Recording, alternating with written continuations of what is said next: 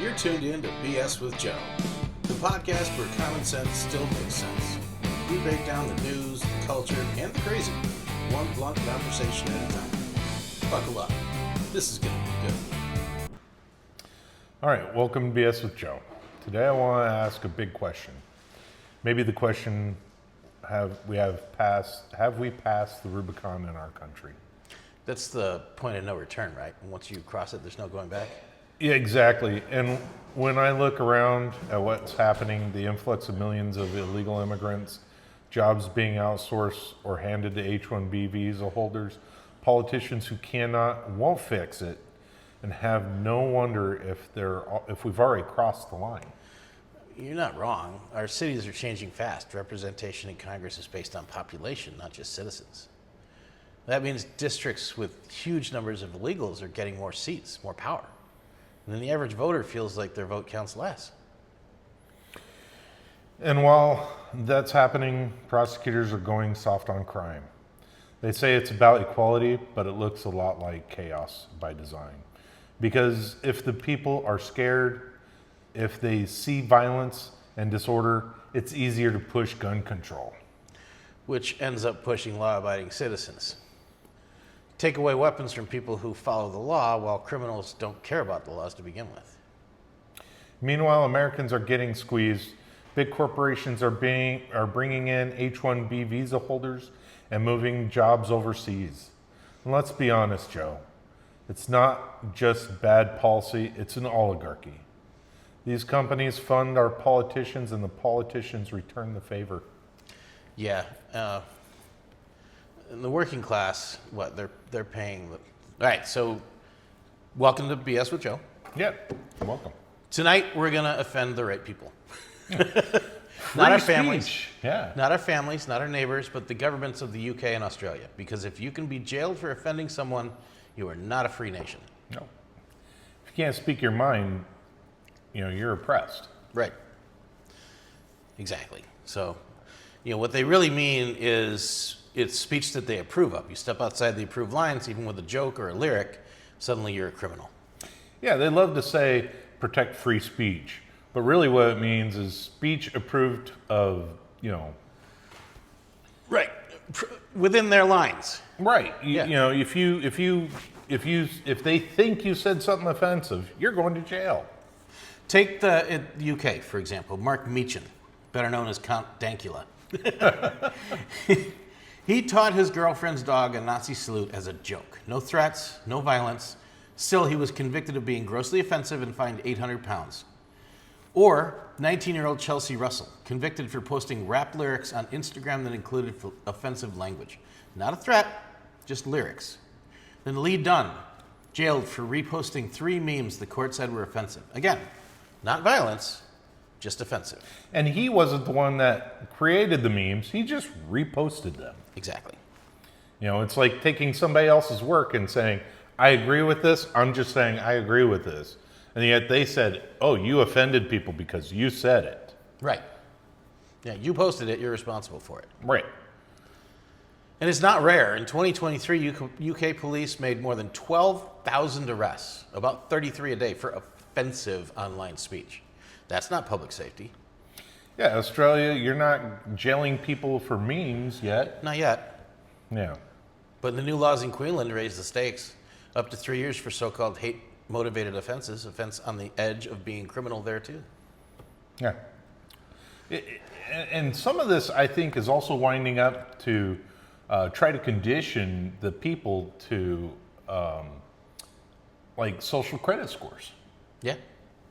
Yeah, that's the Chinese. That's the Chinese. Yep. And I think Europe is trying to figure out a way to work the Chinese system into their own system. Yeah. Because why else would they be finding people and jailing people for offensive speech if it wasn't a way to try to control them or groom them for, being able to control the people? Exactly. It's not freedom, it's control. So here's where it gets dangerous for us, okay? Mm-hmm. The head of the London police chief, or the head of the London police, said himself, keyboard warriors are not safe. Whether you're in this country or further afield online, they will come after you. Oh, yeah. That's just not a warning to Brits. That's Americans to posting from a threat to Americans posting from home. Yeah, so I'd love to see the Brits come back to the U.S. and try to take our citizens or fine us. Ooh, we're not going to pay that. You can't force us to pay something that's not in our country.